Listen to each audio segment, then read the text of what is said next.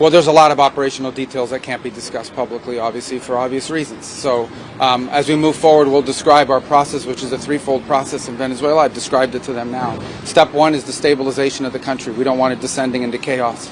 Part of that stabilization, and the reason why we understand and believe that we have the strongest leverage possible, is our quarantine.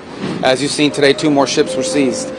We are in the midst right now, and in fact about to execute on a deal to take all the oil. They have oil that is stuck in Venezuela. They can't move it because of our quarantine and because it's sanctioned. We are going to take between 30 and 50 million barrels of oil. We're going to sell it in the marketplace at market rates, not at the discounts Venezuela was getting.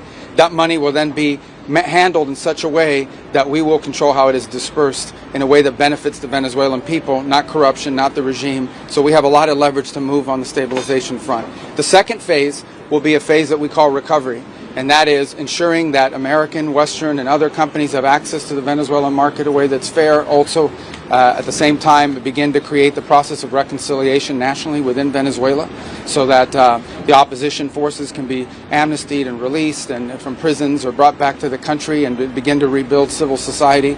And then the third phase, of course, will be one of transition. Some of this will overlap. I've described this to them in great detail. We'll have more detail in the days to follow. But we feel like we're moving forward here in a very positive way. How long will this take, Secretary?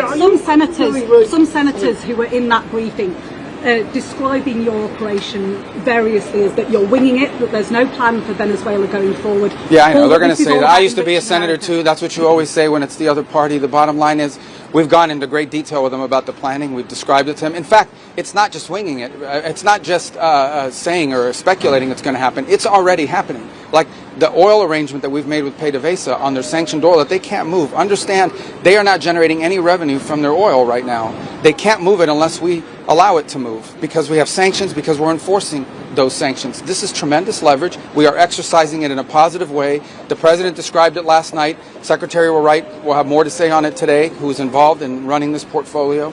And we feel very positive that not only will that generate revenue that will be used to the benefit of the Venezuelan people, and we're ensured that that's what the case is, but it also gives us an amount of leverage and influence and control over how this process moves forward. Mr. Secretary, on Denmark, sir. Mr. Secretary, on Denmark. Why is the administration not taking Denmark's offer to discuss the situation in Greenland? And I'll be meeting with them next week. But will you take military intervention off the table? I'm not here to talk about Denmark or military intervention. I'll be meeting with them next week. We'll have those conversations with them then. And but I'm not having anything further to add to that. Can you clarify your comments to lawmakers? Does the U.S. intend to buy Greenland? Does the U.S. intend to buy Greenland? Can you clarify your comments to lawmakers this week? Well, that's always been the president's intent from the very beginning. He said it very early on.